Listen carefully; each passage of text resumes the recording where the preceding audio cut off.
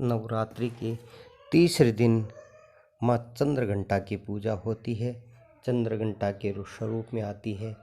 माँ दुर्गा जी के तीसरी शक्ति का नाम चंद्रघंटा है। नवरात्रि की उपासना के तीसरे दिन की पूजा का अत्यंत महत्व है। इसी दिन इन्हीं के विग्रह से पूजन आराधना किया जाता है। इसी दिन साधना का मन मणिपूर्ण चक्र से प्रविष्ट होता है। माँ चंद्रघंटा की कृपा से अलौकिक वस्तुओं का दर्शन होते हैं, दिव्य सुगंधियों का अनुभव होता है तथा विविध प्रकार के दिव्य ध्वनियाँ सुनाई देती है। यह क्षण साधक के लिए अत्यंत सावधान रहने के होते हैं। माँ का यह स्वरूप परम शांतिदायक और कल्याणकारी है। इसके मस्तक पर घंटे के आकार का अर्धचंद्र है। इसी कारण इसे चंद्रघंटा देवी कहा जाता है। इसके शरीर का रंग सोने के समान चमकीला है। इसके 10 हाथ है। 10 हाथों में खड्ग आदि शस्त्र बाण आदि अस्त्र विभूषित है। इसका वाहन सिंह है। इसकी मुद्रा युद्ध के लिए उद्यत रहने की होती है। माँ चंद्रघंटा के कूप के साधन के समस्त परम और बाधाएं पाप और बाधाएं विनष्ट हो जाती है। इसकी आराधना सदैव फलदायक। माँ भक्तों को कष्ट का निवारण शीघ्र ही कर देती है। इसकी उपासना सिंह की तरह पराक्रमी और निर्भय होती है। इसके घंटे को ध्वनि सदा अपने भक्तों को प्रेत बाधा की रक्षा करती है। इसका ध्यान करने के शरणागत की रक्षा के लिए इसी घंटे की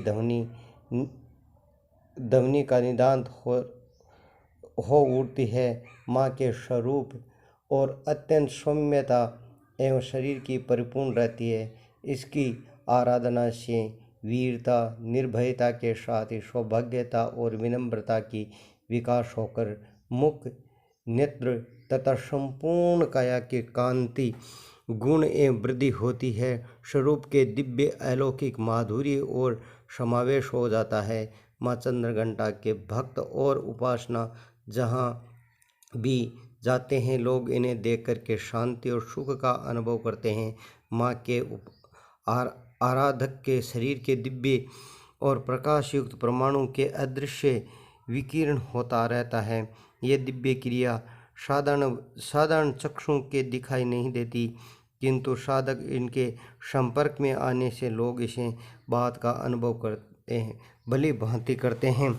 हमें चाहिए कि अपने मन, वचन, कर्म एवं काया के विहित विधि विधान के अनुसार पूर्णतः परिशुद्ध एवं पवित्र करके माँ चंद्रघंटा के शरणागत होकर उनकी उपासना आराधना को में तत्पर हो और उनकी उपासना से हम समस्त सांसारिक कष्टों के विमुक्त होकर के सहज ही परम पद के अधिकारी बन सकते हैं।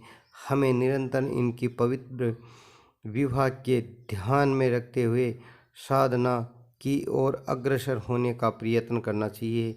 उनका ध्यान हमारे ये लोक और परलोक दोनों के लिए ही परम कल्याणकारी एवं सद्गति देने वाला है। प्रत्येक सर्वसाधारण के लिए यह आराधना योग्य एक श्लोक शरण के कष्ट में है। माँ जगदम्बे की भक्ति पाने के लिए हमें कंठस्थ करके नवरात्रि के तीसरे दिन इनका जप करना चाहिए। श्लोक मंत्र इसी प्रकार का है। या देवी सर्वभूतेषु माँ चंद्रघंटा रूपेण संस्थिता नमस्तस्यै नमस्तस्यै नमस्तस्यै नमो नमः। बोले जगज्जननी मैया की जय हो। शेरों वाली मैया की जय हो।